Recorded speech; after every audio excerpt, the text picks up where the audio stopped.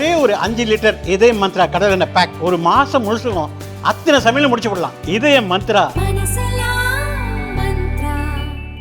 நேர்லே வணக்கம், இது சாணக்கியா. இன்று நம்மோடு டிஃபென்ஸ் எக்ஸ்பர்ட் டாக்டர் நிரஞ்சன் அவர்கள். வணக்கம் சார். ஜெயின். வணக்கம். ஜெயின் சார். இந்தியா பாகிஸ்தான் விவகாரத்தில் சீஸ்ஃபயர் அப்படின்ற அந்த அண்டர்ஸ்டாண்டிங் தொடர்ந்து இருக்கிறத பார்க்குறோம். நம்மளுடைய தரப்பில் டிப்ளமேட்டிக்கலாக பல விஷயங்களை செஞ்சுட்டு வரோம். அதுக்கு காப்பி கேட்டால் அவங்களும் சில விஷயங்களை செஞ்சுட்டு வராங்க. இதில் நான் முக்கியமான விஷயமா நான் கேட்கணும்னு நினைக்கிறது, இதில் ஐஎம்எஃப் பெயில் அவுட் அப்படின்றது அவர்களுக்கு ஒரு முக்கியமான இதாக அந்த ஆப்ரேஷன் சிந்தூருடைய அந்த இனிஷியல் ஃபேஸ்லேயே இருந்தது. Still continuous operation Sindoor. அப்படி இருக்க ஐஎம்எஃப்ல அவங்களுக்கு சில நிபந்தனைகள் போடப்பட்டிருக்கு. சில இல்லை, பல நிபந்தனைகள். அது எவ்வளோ இம்ப்ளிமெண்ட் ஆகும் இல்லை, பல நிபந்தனைகள் ஓகே போடப்பட்டிருக்கு. இது எவ்வளோ ப்ராக்டிக்கலாக பாகிஸ்தானை கண்டெயின் பண்ணுறதுக்கான விஷயமா இருக்கும்? ரெண்டு விஷயங்கள் நம்ம இதில் முதல்ல சொல்லிக்க விரும்புகிறேன். ஃபஸ்ட்டு, நம்ம சீஸ்ஃபயர் என்ற வார்த்தையை நம்ம யூஸ் பண்ணுறது கரெக்டான வார்த்தையாக. மிலிட்ரி பாஸ் தா அப்படின்னு சொன்னீங்கன்னா கரெக்டாக இருக்கும். இனிமேல் தானே கன்டினியூ பண்ணிக்கலாம் நம்ம. Okay, for all practical. ஏன்னா கவர்மெண்ட் அண்டர்ஸ்டாண்டிங் தான் சொன்னாங்க தவிர்த்து இது வரைக்கும் சீஸ்ஃபயர் என்ற வார்த்தையை யூஸ் பண்ணல. ஸோ அதை நான் தவிர்க்கிறேன், மன்னிக்கவும். அடுத்து, ஐஎம்எஃப் இவங்க மேலே எடுத்துகிட்டு வந்திருக்க ரெஸ்ட்ரிக்ஷன் பார்த்திங்கன்னா, காஸ்ட் ஆஃப் லிவிங் குறிப்பிட்டு சொல்லணுன்னா அவங்களோட ஃபுட், சாப்பிடக்கூடிய வீட், கோதுமை, சர்க்கரை, தின்பண்டங்கள் மீது உள்ள டேக்ஸ் எல்லாமே அதிகரிக்க வேண்டிய கட்டாயத்துக்கு தள்ளப்பட்டிருக்கு. ஆல்ரெடி பாகிஸ்தானில் பெட்ரோல் விலை அந்தரத்தை தொட்டிருக்கு. அது திரும்பி ஏற்ற வேண்டிய கட்டாயம் அவர்கள் மீது உள்ளது. மூணாவது ஒரு மிகப்பெரிய பிரச்சனை அவர்களுக்கு காத்து கொண்டு இருக்கிறது, மற்ற டேக்ஸஸ் அதையும் ஏற்ற வேண்டியதாக இருக்குது. எலக்ட்ரிசிட்டி, குறிப்பிட்டு எலக்ட்ரிசிட்டி டேக்ஸ் பில்ஸ் அதிகரிக்கும். இது already stressed out middle class அவங்களுக்கு தாக்கு பிடிக்க முடியுமான்றது ஒரு பெரிய பிரச்சனையை உண்டாக்கும். நம்ம இன்னொன்று முக்கியமான விஷயம், பாகிஸ்தான் ஐஎம்எஃப் பெயில் அவுட்டில் நம்ம பார்க்க வேண்டியது என்னவென்றால், இந்த பெயில் அவுட் ஆனது வெறும் $1 பில்லியன். இந்த $1 பில்லியன் இவங்க இவ்வளோ ரெஸ்ட்ரிக்ஷன்ஸ் போடுறாங்கடான்னா அவங்களுக்கு மொத்த பெயில் அவுட் வரத்துக்குள்ளே அவங்க எவ்வளோ ரெஸ்ட்ரிக்ஷன்ஸை ஃபேஸ் பண்ண வேண்டியது இருக்கும். ஒன்று. ரெண்டாவது, இந்த பெயில் அவுட் வரக்கூடாதுன்னு சொல்லிட்டு இந்தியா பேக்ரவுண்டில் நிறைய மூவ்ஸை ஒர்க் அவுட் பண்ணியிருக்காங்க, நிறைய ஸ்டெப்ஸ் எடுத்திருக்காங்க டிப்ளமேட்டிக் லெவலில். அதன் ஒரு நீழ்ச்சியாக தான் இந்த கண்டிஷன்ஸ் ரிஜிடாகிட்டே போயிட்டுருக்கு. ஏன்னா அவங்க இந்த கிடைக்கிற காசை திரும்பி இராணுவத்துக்கு யூஸ் பண்ணக்கூடாது. உதாரணத்துக்கு, பாகிஸ்தான் அவங்களோட டிஃபென்ஸ் பட்ஜெட்டை 14%லேருந்து 18% ஏற்ற போகிறதா சில தகவல்கள் கூறுகின்றன. ஸோ அந்த 18% இந்த $1 பில்லியன் சேரக்கூடாது. ரெண்டாவது, அவங்க 18 கோடி ரூபா மௌலானா மசூத் அசர் கேம்பை ரீபில்ட் பண்ணுறதுக்கு கொடுத்துருக்காங்க. நீ நாட்டு மக்களுக்கு தேவையான அத்தியாவசிய தேவைகளை பூர்த்தி செய்யாத வண்ணம் இருக்கும்போது தீவிரவாத அமைப்புகளுக்கும் உனக்கும் சம்மந்தம் இல்லைன்னு சொல்லிட்டு நீ எதுக்கு கொடுக்குற? ஓகே. ஸோ இந்த ஒரு கேள்வி மக்கள் நடுவில், உலகத்தின் நடுவில் வர வேண்டும். உலகம் இதை கேள்வி கேட்க வேண்டும். ஐஎம்எஃப் எனும் ஒரு வங்கி, அவர்களுக்கு இது புரிய வேண்டும் என்பதுதான் இந்தியாவின் நிலைப்பாடாக உள்ளது. ரெண்டாவது, இந்த காசானது மக்கள் மேம்பாட்டுக்கு போகிறதா இல்லை தீவிரவாதிகள் மற்றும் அவர்களின் காப்பாளர்களான இராணுவத்தின் மேம்பாட்டுக்காக போகிறதா என்பது ஒரு பெரிய கேள்விக்குறி. ஸோ அதை நம்ம கொஞ்சம் ஊர்ந்து கவனிக்கிறது தான் இருக்குது. பட் ஐஎம்எஃப் பெயில் அவுட்டோட கண்டிஷன்ஸ் பாகிஸ்தானை பின்னோக்கி தான் செல்லும். ஓகே, இதில் நம்ம சில ஈக்குவேஷன்ஸ் சேஞ்ச் ஆகிட்டு வரதும் நான் பார்க்குறோம். பாகிஸ்தானுக்கும் இந்தியாவுக்கும் அப்படின்றத தாண்டி பாகிஸ்தானுக்கும் ஆப்கானிஸ்தானுக்குமே இஷ்யூ இருக்குது. அந்த டூரன் லைன் அப்படின்ற அவங்களுடைய எல்லையில் அவங்களுக்கு ரொம்ப இஷ்யூ இருக்குது. முந்தின டெமோக்ராட்டிக்கல் கவர்மெண்ட் ஆகட்டும், இப்போ இருக்கக்கூடிய தாலிபானுடைய கவர்மெண்ட் ஆகட்டும், அவங்க 2 பேருக்குமே அந்த இஷ்யூ இருக்குது. தெரிக்கி தாலிபான் பாகிஸ்தான்றவங்க பஷ்தூன்களை மையமாக வைத்து பாகிஸ்தானுக்கு குடைச்சல் கொடுக்கறத புரிஞ்சுக்க முடியுது. இதில் ஒரு பக்கம் ஓடிட்டுருக்க இந்தியாவை கார்னர் பண்ண பாகிஸ்தான் சைனா லிங்க்கில் பார்க்குறோம். அவங்க பர்மாவில் இருக்கக்கூடிய, மியான்மரில் இருக்கக்கூடிய அராக்கன் ஆர்மி, அதே போல் பங்களாதேஷ், இவங்கெல்லாம் கூட்டு சேர்ப்பதாக ஒரு இது இருக்குது. இதில் அமெரிக்காவோட ஹேண்டும் இருப்பதா, பங்களாதேஷில் நடந்ததுலேருந்து பார்க்குறோம் அவங்களுடைய ஹேண்ட் இருப்பதாகவும் இருக்குது. அந்த பக்கம் பாகிஸ்தானுக்கு அந்த பிரச்சனை, இந்தியாவுக்கு இந்த பிரச்சனை அப்படின்னா, இதுல இந்தியா வந்து தாலிபானோட ஒரு கை கோர்ப்பதாக ஒரு தகவல், தாலிபானும் இன்ட்ரெஸ்ட் இருப்பதாக தகவல். முதல் முறையாக ஜெய்சங்கர் அவர்கள் நேரடி ஃபோன் கான்வர்சேஷன் வித் அவங்களுடைய ஃபாரின் மினிஸ்டர். இந்த ஈக்குவேஷன்ஸ் தாலிபானும் உள்ள வராங்க, அரக்கன் ஆர்மி வராங்க, பங்களாதேஷ் வராங்க அப்படின்றப்போ சவுத் ஈஸ்ட் ஏஷியா முழுக்க அடுத்த ஒரு சில ஆண்டுகள் ரொம்ப பரபரப்பாக இருக்கும் புரிஞ்சுக்கலாமா? அடுத்த சில மாதங்கள் பரபரப்பாக இருக்க போகிறது. குறிப்பிட்டு சொல்ல வேண்டும், இந்த சில நாட்கள் போன்ற பரபரப்பு இருக்கும். குறிப்பிட்டு சொல்ல வேண்டால் கைபர் பக்துன்வா பகுதிகளில் பாகிஸ்தான் இராணுவத்தை பலத்தை கட்டுப்படுத்தும் விதமாகவும், ரெண்டாவது பாகிஸ்தான் இராணுவத்தின் போர் புரியும் தன்மையை இன்னும் டிகிரேட் பண்ணுறது, அந்த விஷயத்தில் அதிகம் கான்சன்ட்ரேட் பண்ணுவாங்க. ஏன்னா ஆஃப்லேட் அவர்கள் கிட்ட வந்து ராக்கெட் லான்ச்சர்ஸ், ராக்கெட்ஸ் எல்லாமே கூட கிடச்சிருக்கு. அவங்க டிடிபி கிட்ட இன்க்ளூடிங் தாலிபானும் அவங்க சப்ளை பண்ணியிருக்காங்க. ஒரு பக்கம் பலூச்சிகளுக்கும் அது கடத்தி கொண்டு இருக்கிறது. ஸோ அந்த என்டையர் ஆப்கான் பார்டரானது இட் இஸ் ஓப்பன்ட் அப். அது வந்து பாகிஸ்தானுக்கு எதிராக நிற்கும் குழுக்களோ இல்லது மாகாணங்களோ அந்த அந்த சமூகங்களோ அவர்களை பலப்படுத்தும் வண்ணம் இது செயல்பட்டு கொண்டு இருக்கிறார்கள். இது எங்கே வந்து பெரிய அஃபெக்ட் அவங்களுக்கு பாகிஸ்தானுக்கு கொடுக்கும்னு பார்த்தீங்கன்னா, பாகிஸ்தான் இராணுவம் ஆல்ரெடி வந்து மக்களிடையே அவர்களுக்கு இருக்கும் நம்பிக்கை மிகப்பெரிய அளவில் சரிவை நோக்கி போயிருக்கிறது. எக்ஸப்ட் வெஸ்ட் பஞ்சாப் தவிர்த்து, வெஸ்ட் பஞ்சாபில் கூட 2-3 டிஸ்ட்ரிக்ட்ஸ் தான், சக்வால் அண்ட் ராவல்பிண்டி, இது மாதிரி ஒரு 2-3 டிஸ்ட்ரிக்ட்ஸ் இருக்குது. அதை தவிர்த்து மற்ற மாகாணங்கள் எல்லாம், மற்ற பகுதிகளெல்லாம் எடுத்து பார்த்திங்கன்னா பரவலாக பாகிஸ்தானுக்கு எதிரான ஒரு கிளர்ச்சி என்பது வெடித்த வண்ணம் உள்ளது. இப்போ கைபர் பக்துன்வால வெடிக்கக்கூடிய கிளர்ச்சி தெஹ்ரீக் தாலிபான் கொஞ்சம் டீஆக்டிவேட் ஆன மாதிரி இருந்தது, திரும்பி ரீஆக்டிவேட் ஆகிருக்கு. தாலிபான் வந்து அவர்களை எப்போ டீஆக்டிவேட் பண்ணமோ அவங்க கையில் இருக்கிறதுனால இப்போ பிரச்சனை எதை நோக்கி போகும்னு நான் இப்போ பார்த்தீங்கன்னா, இந்த துரந்து லைனே வந்து ஒரு கேள்விக்குறியான ஒரு லைன் தான். ஏன்னா என்றைக்குமே ஆப்கானிஸ்தான் அந்த லைனை ஒத்துக்கல. இன்ஃபேக்ட் ஆப்கானிஸ்தானில் பிரச்சனையை உண்டாக்குறதுக்கு காரணமே பாகிஸ்தான் இந்த ஸ்ட்ராட்டஜிக் டெப்த், நாங்கள் ஆப்கானிஸ்தான் வரைக்கும் நாங்கள் உள்ளே போக முடியும் அப்படி இந்த ஸ்ட்ராட்டஜிக் டெப்த்ன்ற கான்செப்டை வச்சு இந்த தாலிபான்களை ஏற்படுத்தின காரணமே நாளைக்கு பாகிஸ்தானில் வந்து எந்த பிரச்சனையும் வரக்கூடாதுன்னு சொல்லி தான். கைபர் பக்துன்வாவுக்கு வந்து ஒரு அச்சுறுத்தல் வரக்கூடாது, கைபர் பக்துன்வா வந்து ஆப்கானிஸ்தானுக்கு கூட இணையக்கூடாதுன்ற ஒரு கண்ணோட்டத்தோடு தான் ஆப்கானிஸ்தானில் ஒரு பிரச்சனையை உண்டாக்குனாங்க. கடைசியில் இப்போது அது ரிவர்ஸ் ஆகுது. அவங்களுக்கு எது அவங்க டெப்த்துன்னு நினச்சாங்களோ, எது வந்து எனக்கு எக்ஸ்டெண்டட் என்னோட டெரிட்டரின்னு நினச்சாங்களோ, அதாவது என்னோட நிலப்பரப்புன்னு நினச்சாங்களோ, அந்த நிலப்பரப்பானது அவர்களின் நிலப்பரப்பு இல்லை, இது எங்களின் நிலப்பரப்புன்னு ஆப்கானிஸ்தான் ரிவர்ஸில் சொல்ல ஆரம்பிச்சு இப்போ பாகிஸ்தானின் நிலப்பரப்பு சுருங்கி கொண்டே வருகிறது. கிட்டத்தட்ட வெஸ்ட் பஞ்சாப், ஒரு பக்கம் பஞ்சாப் 47% பலூச் போச்சு, சிந்து போச்சு, இப்போ கைபர் பக்துன்வா போச்சு, இப்போ மிச்சம் என்ன இருக்குது? பிஓகேவும் வெஸ்ட் பஞ்சாப், அதுலேயும் கில்கிட் பல்டிஸ்டான்லேயும் பிரச்சனை வெடிச்சிட்ருக்கு. ஸோ பல்வேறு இடங்கள் இந்த பிரச்சனை வெடிச்சிட்ருக்கு. இதுக்கு பல்வேறு காரணங்கள் எடுத்து பார்த்தீங்கன்னா, இராணுவத்தின் கட்டுப்பாட்டை மெதுவாக பாகிஸ்தான் இழந்து கொண்டிருக்கிறது. அதாவது இராணுவம் எனும் ஒரு அமைப்பு வந்து எல்லா இடங்களையும் சர்வ வல்லமை பொருந்திய ஒரு அமைப்பாக இருந்தது. இன்றைக்கி அந்த சர்வ வல்லமை பொருந்திய அமைப்பானது இந்த 3 நாள் கான்ஃப்ளிக்ட்டுக்கு அப்புறம் வெட்ட வெளிச்சம் ஆயிடுச்சு. அவங்களோட பலம் என்ன, பலவீனம் என்னன்ட்டு, பலம் இல்லை பலவீனம் என்னன்ட்டு வெட்ட வெளிச்சம் ஆயிடுச்சு.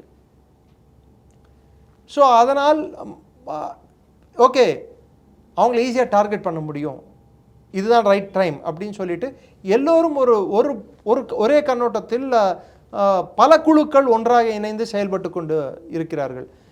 ஐடியாலஜி வேறையாக இருக்கலாம், ஒருத்தருக்கு மதம் சார்ந்த ஐடியாலஜியாக இருக்கலாம், இன்னொருத்தருக்கு கலாச்சாரம் இனம் சார்ந்த ஐடியாலஜி.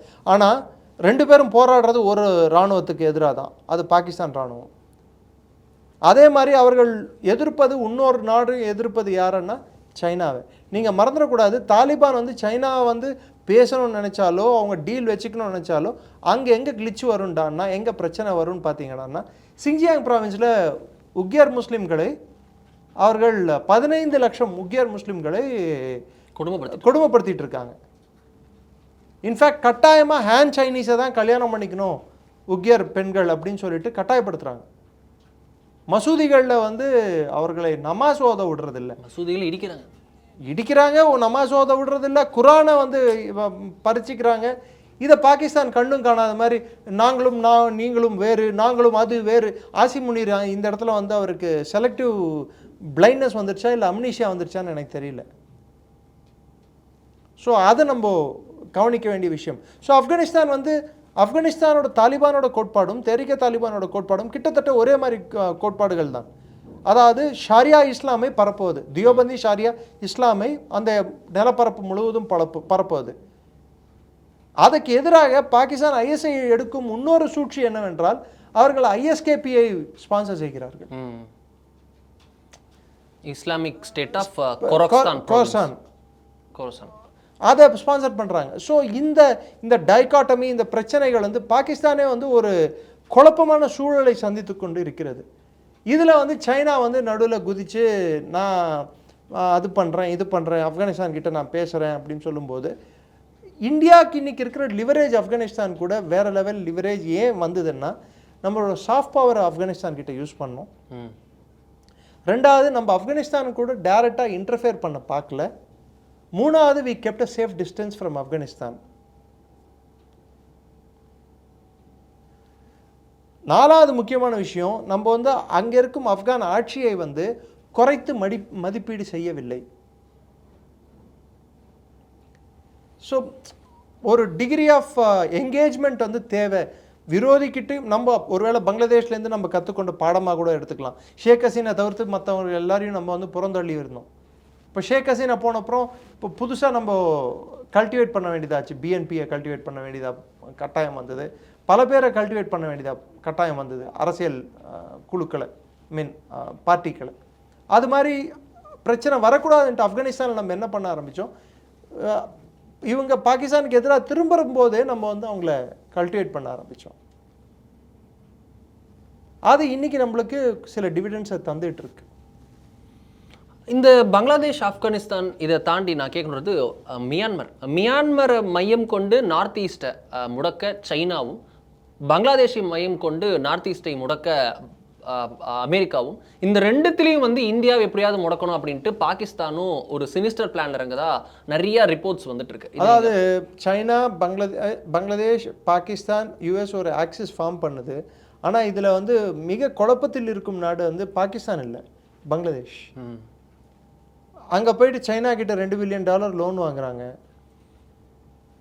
இன்னொரு பக்கம் பார்த்தீங்கன்னா மியான்மரில் இருக்கிற மிலிட்ரி ஜுண்டா வந்து அங்கே இருக்கக்கூடிய ஆட்சியாளர்கள், இராணுவ ஆட்சியாளர்கள் வந்து சைனாக்கு சப்போர்ட் பண்ணுறவங்க.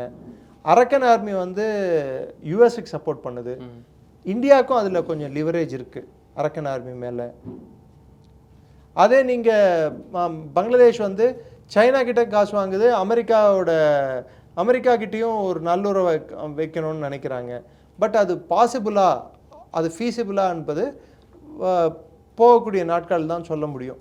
ரெண்டாவது நீங்கள் பார்க்க வேண்டியது பங்களாதேஷ்குள்ளே நடக்கக்கூடிய பிரச்சனைகள் எடுத்து பார்த்தீங்கன்னா, இராணுவ தளபதியும் யூனிஸும்குள்ளே நடக்கக்கூடிய அந்த பனிப்போரானது இன்று வெளிப்படையான போராக மாறிக்கொண்டிருக்கிறது. ஜெனரல் வக்கோசமானுக்கும் முகமது யூனிஸ்க்கும். காரணம் வந்து அதுக்கு மைய புள்ளியாக இருப்பது தேசிய பாதுகாப்பு ஆலோசகர் அப்படின்ற பதவியில் கலீலுர் ரஹ்மான் அப்படின்னு சொல்கிற ஒருத்தரை அப்பாயின்மெண்ட் செய்யணும். இன்ஃபேக்ட் பிஎன்பி என்ன சொல்லியிருக்கு, அந்த நபரானவர் அவர் அமெரிக்காவுக்கு வேலை போனவர், அமெரிக்கன் ஏஜென்ட் அவர் அப்படின்னு சொல்லியிருக்காங்க. இது வந்து பங்களாதேஷில் மிகப்பெரிய பிரச்சனையை உண்டாக்கியிருக்கு. ரெண்டாவது, அவாமி லீகை பேன் பண்ணது இராணுவம் ஏற்றுக்கொள்ளும் வகையில் இல்லை.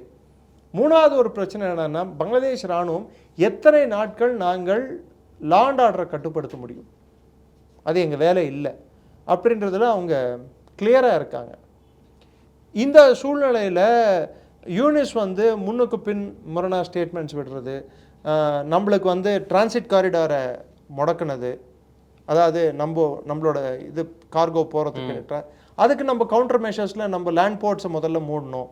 இப்போ எந்த ப்ராடக்ட் வரணுன்னாலும் சி போர்ட் சிட்டகாங்லேருந்து கல்கட்டாக்கு வந்தாகணும்னு சொல்கிறது.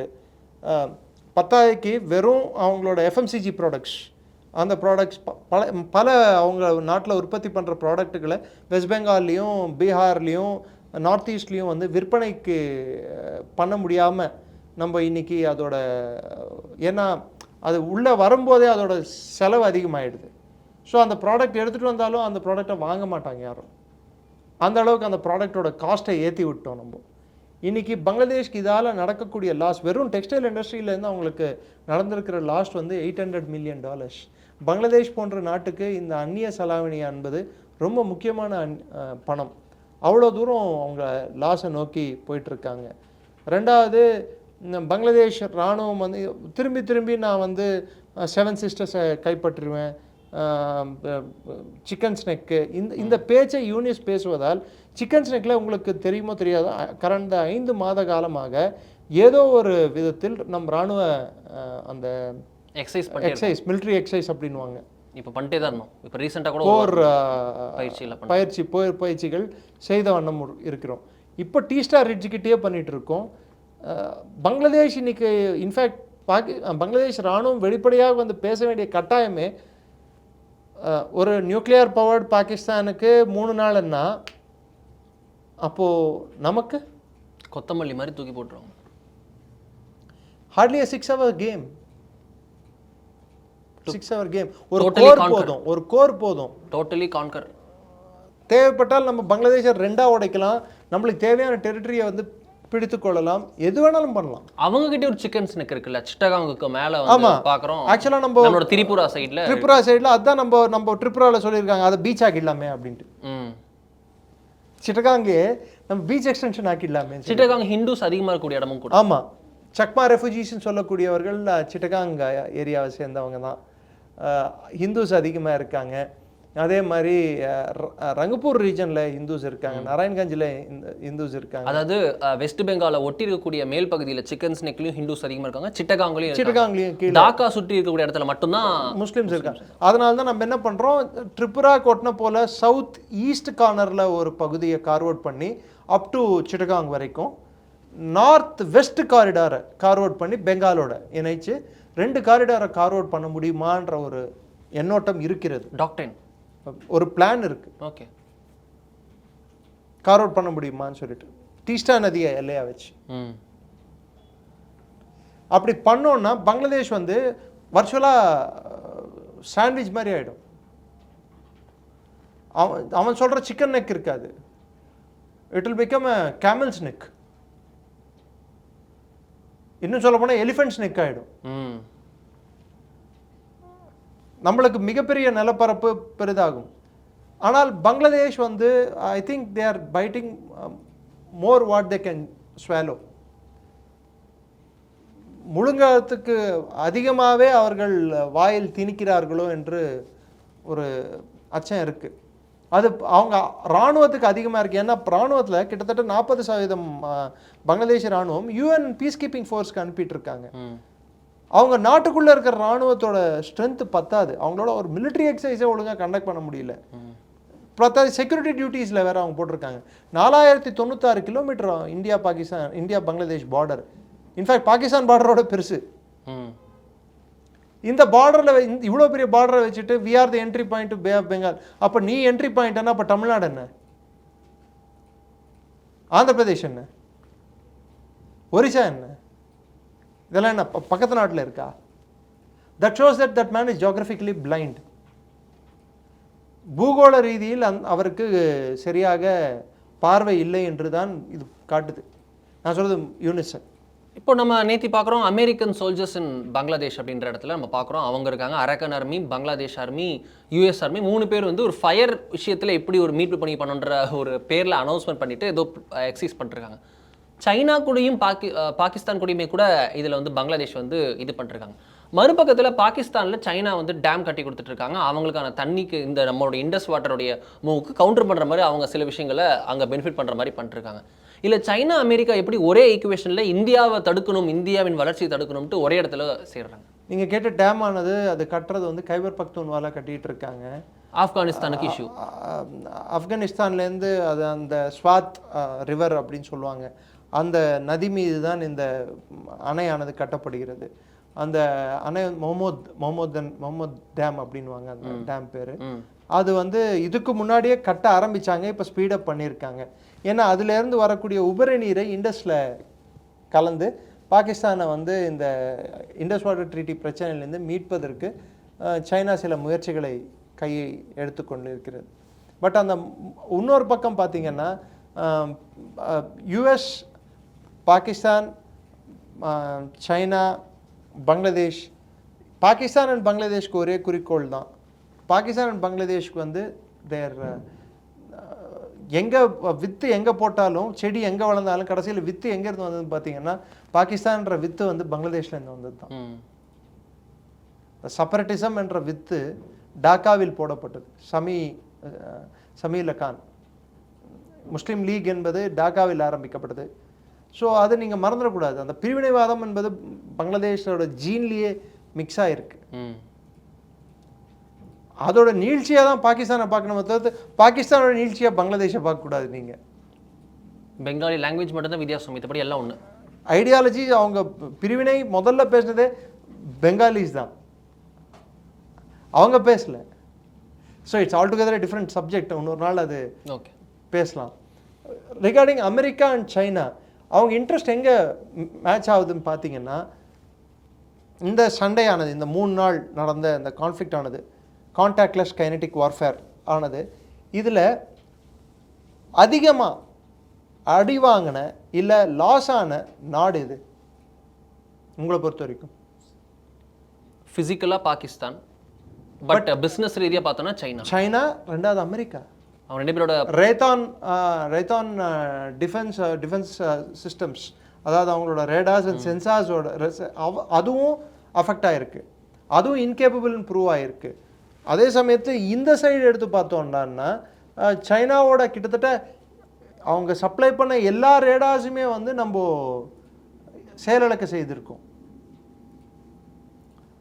அது வந்து பெரிய அளவில் அவங்களுக்கு அவங்களோட வெப்பன் இண்டஸ்ட்ரி, சைனாவோட ஷேர் வந்து 5%ங்க குளோபல் வெப்பன் இண்டஸ்ட்ரியில் 5.65% என்ன வரும். America is a significant share. மொத்த வெப்பன் இண்டஸ்ட்ரியோட ஷேர் பார்த்தீங்கன்னா $500 billion ஒரு வருடத்துக்கு, அதாவது 500 பில்லியன் ஒரு வருடத்துக்கு. இந்த 500 பில்லியனில் வந்து இதில் 5% எடுத்துக்கோங்க, அந்த 5% ஷேர் அவங்க கையை விட்டு போச்சுன்னா கூட இதால் லாபம் அடையக்கூடியவர் யார்? டைரக்டா அமெரிக்கா. இந்த வாரால அவங்க வெப்பன் இண்டஸ்ட்ரி லாஸால் அவங்களோட பொருட்களோட குவாலிட்டி தரம் இல்லை என்று ப்ரூவ் ஆனால் அடுத்து யாரோட குவாலிட்டி பொருட்கள் இருக்குது அப்படின்னு சொல்லி பார்த்தா யார் லாபம் அடைவா? ஃப்ரான்ஸு, அது மாதிரி நாடுகள். அது இந்தியா.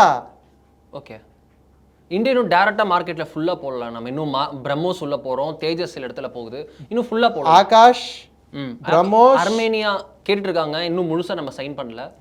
15 நாடுகள் ஆர்டர் பிளேஸ் பண்ணுறதுக்கு ரெடியாக இருக்கு. பிரம்மோஸ், சவுதி அரேபியா உள்ளிட்ட எல்லா நாடுகளும் 15 நாடுகள். பல நாடுகள் நம்மளோட பேசிவ் டிஃபென்ஸ் சிஸ்டம்ஸை கேட்டிருக்காங்க. பல நாடுகள் நம்மளோட எலக்ட்ரோ ஆப்டிக்கல் ஃபயர் சிஸ்டம், அதாவது இந்த IL-70க்கும் ZU-23 கன்ஸுக்கும் செட் பண்ணி கொடுத்த அந்த சிஸ்டம் வந்து அதை வந்து அவங்க பார்த்து வியந்திருக்காருங்க. ஆகாஷ் தீர்னு சொல்லக்கூடிய அந்த டிடெக்ஷன் சிஸ்டம் அதை பார்த்துருக்காங்க.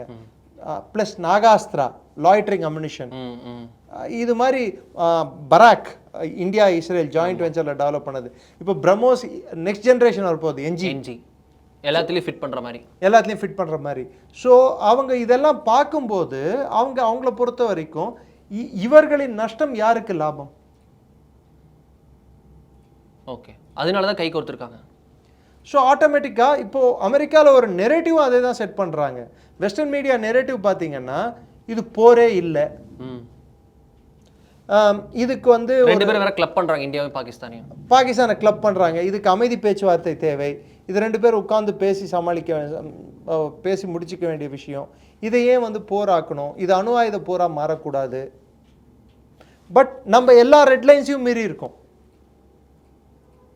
பாகிஸ்தான் உள்ளே வரக்கூடாதுன்னா வருவேன், அடிப்பேன். பாகிஸ்தானை தாண்டக்கூடாது, இந்த பகுதியை தாண்டி நீ வந்து என்ட்ரானா அது நான் அணுகுண்டு போடுவேன்னா பரவாயில்ல, நீ போடு பார்க்கலாம், அதுலேயும் அடிப்பேன். பாகிஸ்தான் தண்ணி நிறுத்தினா நான் அணுகுண்டு போடுவேன், சரி நிறுத்துவேன், முடிஞ்சால் அடி பார்க்கலாம்.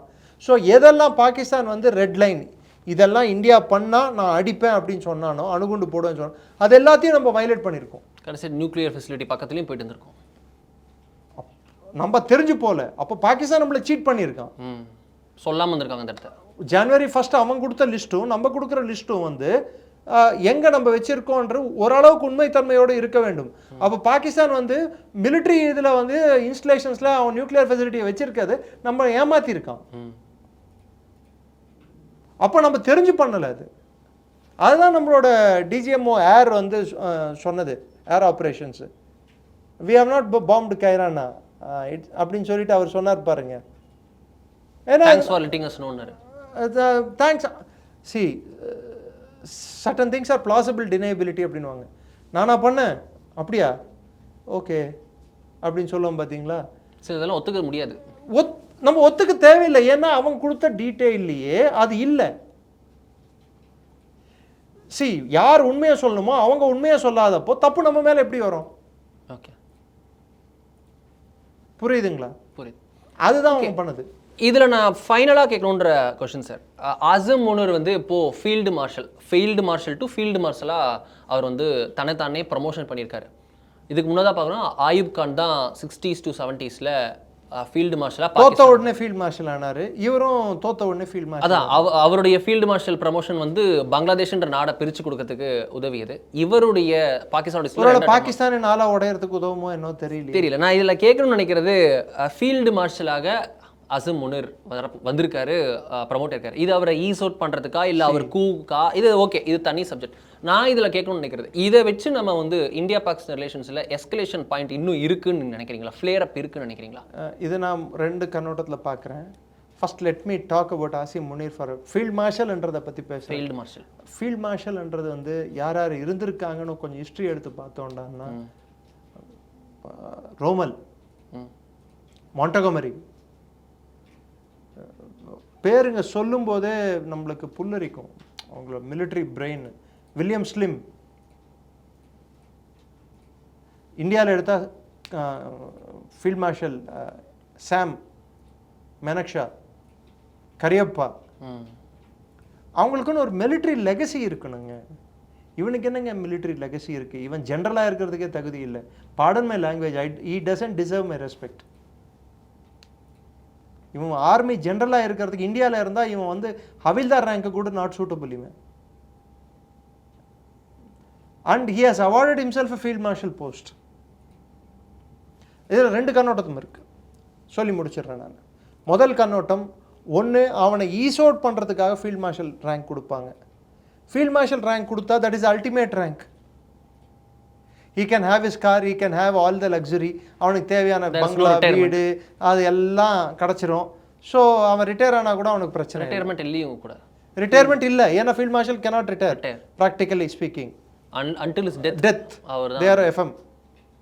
மார்ஷல் ஆஃப் ஏராக இருந்தாலும் சரி, மார்ஷல் ஆஃப் சியாக இருந்தாலும் சரி, ஃபீல்ட் மார்ஷலாக இருந்தாலும் சரி, they don't retire, they are in service. அப்பேற்பட்ட ஒரு சூழ்நிலை இருக்கும்போது இந்த எஃப்எம்ன்ற ரேங்க் கொடுக்கறதுனால மேபி இன்னைக்கு இருக்கிற கோர் கமாண்டர்ஸ் முனீருக்கு சாதகமாக இருக்கலாம். அடுத்த லிஸ்ட் ஆஃப் கோர் கமாண்டர்ஸ் அவங்க ஒத்துக்கணும்ல. உதாரணத்துக்கு பர்வேஸ் முஷரஃபை 2008 ஈஸ் அவுட் பண்ணது யாருன்னு நினைக்கிறீங்க? It is not the advocates agitation, it is not the supreme court ஜட்ஜுகளாலேயோ இல்லை வழக்கறிஞர்களாலோ அகற்றப்படவில்லை பர்வேஸ் முஷரஃப். அவர் அகற்றப்பட்டது அவரின் கோர் கமாண்டர்களால். ஏன்னா கோர் 10 வருஷம் இருக்கும்போது அந்த 10 வருஷம் கேப் பண்ணால் எவ்வளோ 10 வருஷம் ஜூனியராக இருக்கிறவங்க கோர் கமாண்டராக வருவான். அட்லீஸ்ட் நான் அவங்களுக்கு இவங்களுக்கு 5 வருஷம் 5 பேட்ச் 6 பேட்ச் கேப் இருக்கும். ஸோ 6 பேட்ச் கேப் இருக்கிறவன் அவனுக்கு என்ன ஆம்பிஷன் இருக்கும்ல, நான் இராணுவ தளபதி ஆகணும்னு சொல்லிட்டு. அந்த ஆம்பிஷன் அவனுக்கு அதுக்கு கிடைக்காதப்போ அவனுக்கு ஆட்டோமேட்டிக் யார் மேலே கோவத்தை காட்டுவான்? யார் மேலே நோ கான்ஃபிடன்ஸ் மோஷனை காட்டுவான்? இந்த ஜென்ரல் மேலே. ஸோ ஆசிம் முனீரை ஈஸ் அவுட் பண்ணுறதுக்கு இருக்கலாம் ஒன்று. ரெண்டாவது, ஆசிம் முனீர் வந்து டோட்டல் மிலிட்ரி கண்ட்ரோலை கையில் எடுத்துக்கொள்வதற்கும் டோட்டல் சிவிலியன் அத்தாரிட்டியும் வந்து தன் கையில் எடுத்துக்கொள்வதற்கும் இருக்கலாம். பட் அது மாதிரி ஒரு சூழ்நிலை ஏற்படும் ஆனால் பாகிஸ்தான் ஆல்ரெடி அந்த சூழ்நிலை தான் இருக்குது, புதுசாக ஒன்றும் ஏற்பட போகிறதில்ல. பட் என்னை பொறுத்த வரைக்கும் ஆசிம் முனீரோட position is becoming fast untenable. இராணுவத்தில் உள்ளும் இராணுவத்தின் வெளியே. ஒரு பக்கம் பலூச்சி ப்ரெஷர் பாயிண்ட் வளர்ந்துகிட்டே இருக்குது. கைபர் பக்துன்வா, ஜியோசிந்த் மூமெண்ட்டு, ஜிஎம் சயீதோட மூமெண்ட்டு, அது இப்போது திரும்பியும் இப்போது தலை தூக்கியிருக்கு. அங்கே பிரச்சனை, சிந்துலேயும் பிரச்சனை வெடிச்சிருக்கு. ஸோ எல்லா டைரக்ஷன்லேருந்தும் ஆசிம் முனீர் மேலே ப்ரெஷர் வந்துட்டுருக்கு. இப்போ மிச்சம் இருக்கிறது அந்த வெஸ்ட் பஞ்சாப் மட்டும்தான். வெஸ்ட் பஞ்சாப்காக அவருக்கு இன்னைக்கு இருக்கக்கூடிய கோர் கமாண்டர் 10 பேரும் வந்து பஞ்சாபிகளாகி இருக்கலாம். நாளைக்கு கோர் கமாண்டருக்கு மாறினா இல்லை அந்த கோர் கமாண்டருக்குள்ளே ஆசிம் முனீருக்கு எதிராக நின்னா, டோன்ட் ஃபர்கெட் ஆசிம் முனீர் மற்றவர்கள் மாதிரி காக்கூர்லேருந்து வந்த ஆஃபீஸர் இல்லை. He came from Mangla, officers training school Mangla. Short service commission officer ஆகி ஃபுல் சர்வீஸ் கமிஷன் ஆஃபீஸர் ஆனது. ஸோ நிறைய பேருக்கு ஆசிம் முனீரை பார்த்தா பிடிக்காது. ஸோ இராணுவத்துக்குள்ளே நிறைய பாலிடிக்ஸ் இருக்குது. அந்த டிவிஷன்ஸ் லாகூரோட கோர் கமாண்டருக்கும், பெஷாவர் கோர் கமாண்டருக்கும், குவெட்டா கோர் கமாண்டருக்கும், கராச்சி கோர் கமாண்டருக்கும் ஆசிம் முனீருக்கும் கருத்து வேறுபாடுகள் உள்ளன. இந்த சூழ்நிலையில் ஆசிம் முனீருக்கு இந்த ப்ரொமோஷன் நம்ம ரெண்டு ஒன்று பொலிட்டிக்கலி அங்கே இருக்கிற சூழ்நிலையை தான் கட்டுப்பாட்டில் எடுத்துகிட்டு வந்ததாக நம்ம பார்க்க முடியும். ரெண்டாவது ஆசிம் முனீரை மெதுவாக ஈஸ் அவுட் பண்ணுறதுக்காக எடுத்துகிட்டு வந்த ஒரு முயற்சியாகவும் இதை நம்ம பார்க்க முடியும். ரெண்டு விதம் இருக்குது. இது எஸ்கலேஷன் பாயிண்ட்டுக்கு தான் வாய்ப்பு இருக்கா? ஆசிம் முனீர் இப்போதைக்கு எஸ்கலேட் பண்ணுறதுக்கு அவங்க புதுசாக போய் பிச்சை எடுக்கிறதுக்கு பாடன்மி அவங்க புதுசாக பிச்சை பாத்திரம் ஏந்தி போய் $4.9 பில்லியன் கேட்டிருக்காங்க. அவங்களோட விமான தளங்கள் எல்லாத்தையும் திரும்பி ரிப்பேர் பண்ணுறதுக்கு புது கருவிகள் வாங்குவதற்கு. சைனாவும் J-35 கொடுக்குறேன், உனக்கு J-20 கொடு. சரி, ஒருவேளை சைனா அவன் வெப்பனை இவனை வச்சு டெஸ்ட் பண்ணுறானான்னு கூட எனக்கு புரியல. உங்களுக்கு புரியுதா என்னன்னு தெரியல. எல்லாருக்கும் பிளே கிரவுண்டாக இருக்கே.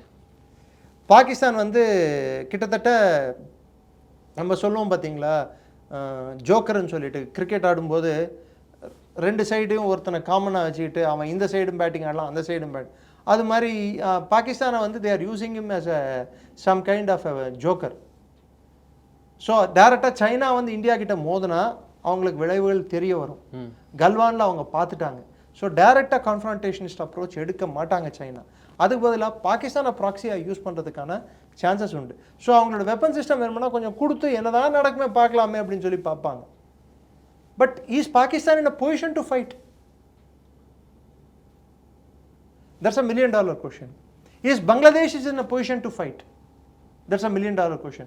But the US narrative எப்படி இருக்கும்டானா, media narrative, they will try to club India வந்து பாகிஸ்தானோட கிளப் பண்ணும்போது அப்போ இந்தியா வந்து ஒரு ஜெயின்ட் பவராக ரைஸ் ஆகாது அப்படின்ற ஒரு கண்ணோட்டத்தை உலகத்துக்கு உண்டாக்கணும். ரெண்டாவது, யூஎஸ்க்கும் சைனாக்கும் ஒரு ஆப்ஜெக்டிவ் இருக்குது. நான் நம்பர் 1, நீ நம்பர் 2. இந்தியா ரைஸ் ஆகிறது வந்து நீயோ நானும் நம்ம 2 பேருக்கும் கவுண்டர் ப்ரொடக்டிவ். ஸோ அதை வேணாம், அந்த கண்ணோட்டம் அவங்களுக்கு இருக்குது. ஸோ அவங்களோட ஆத்தர்ஸு, அவங்களோட சோகால்டு திங்க் டேங்க்கு, அகாடமிஷியா எல்லாரையும் கூப்பிட்டு பேசுனீங்கன்னா அவங்க வந்து இது அமைதியாக தீர்த்துக்கணும், இது பேச்சுவார்த்தை மூலம் தீர்த்துக்கணும், இங்கே வந்து ஜிங்கோயிசம் இருக்குது, இங்கே சண்டை போடுற அந்த மனப்பான்மை இருக்குது, சண்டையை தூண்டி விடுற மனப்பான்மை, இப்படி தான் பேசுவாங்க. ஸோ அந்த டிப்பிக்கல் யூஎஸ் சைக்கியை வந்து prime minister has been able to break it. ஏன்னா இது வரைக்கும் இருந்த பிரைம் மினிஸ்டர்கள் வந்து யூஎஸ் சொல்கிறத வந்து ஒரு டைம் வந்து ஒரு பிரேக்ஸ் அவங்களுக்கு அவங்களே போட்டுக்கிட்டாங்க. இவர் பிரேக் போடல, பிரேக் போட்ட மாதிரி போட்டு அப்போ 2 புது ஸ்பீட் பிரேக்கரை போட்டு விட்டார். இதை கிராஸ் பண்ணால் தீவிரவாதிகள் தாக்கினாலும் பாகிஸ்தான் இராணுவம் தாக்கினாலும் அது போர் தான். தீவிரவாதிகளுக்கும் பாகிஸ்தான் இராணுவத்துக்கும் என்னை பொறுத்தவரை வித்தியாசம் இல்லை. இனிமேல் தீர்க்க வேண்டிய ஒரே பிரச்சனை POK மட்டும்தான். தண்ணீரும் ரத்தமும் ஒன்றாக ஓடாது. ஸ்டேட் ஸ்பான்சர் பாகிஸ்தான் டெரரிசம் வந்து ஒரு ஸ்டேட் பாலிசியை வச்சுக்கிட்டு இருக்கிற வரைக்கும் அவங்க கூட பேச்சுவார்த்தை நடத்த முடியாது. ஸோ இதெல்லாம் புது ரெட்லைன்ஸ் இந்தியா வரையறுப்படுத்தியுள்ள புது இதெல்லாம் பாகிஸ்தான் மீறக்கூடாது. ஸோ இப்போ யூஎஸ் எப்படி நெகோஷியேட் பண்ண வரும், சைனா எப்படி நெகோஷியேட் பண்ண வரும்? இப்போ ஜெய்சங்கர் கடைசியாக இது சொல்லி முடிச்சார். ஜெய்சங்கர் ஏன் போனார்? நெதர்லாண்ட்ஸுக்கு போயிருக்காரு.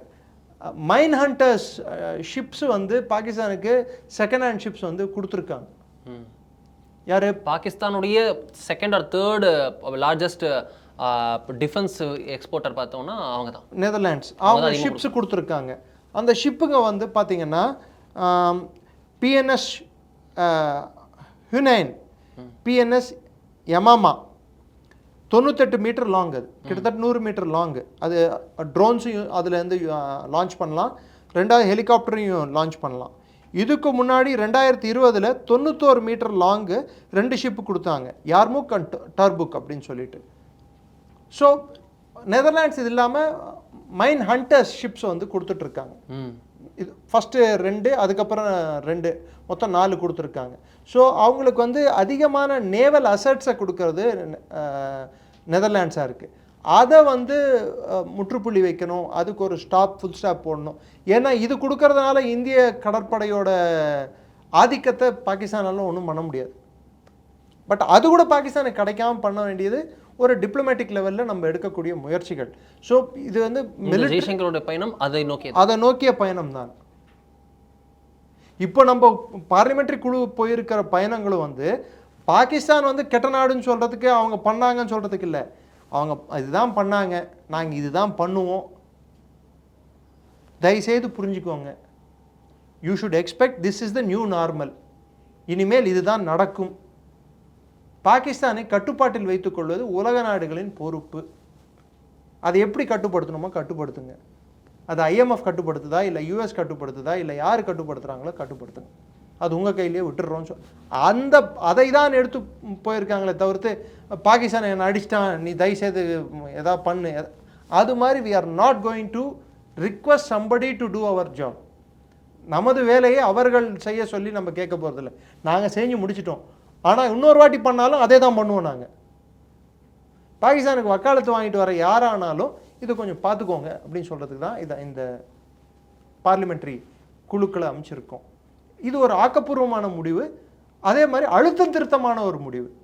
ஓகே, ரொம்ப இன்ட்ரெஸ்டிங் டெவலப்மெண்ட்ஸ் தொடர்ந்து வந்துட்டு இருக்கு. ரொம்ப நன்றி சார், நம்மளோட ரொம்ப டீட்டெயிலாக பல விஷயம் குறித்து பேசியதற்காக மிக்க நன்றி. நன்றி. ஜெய்ஹிந்த். ஜெய்ஹிந்த்.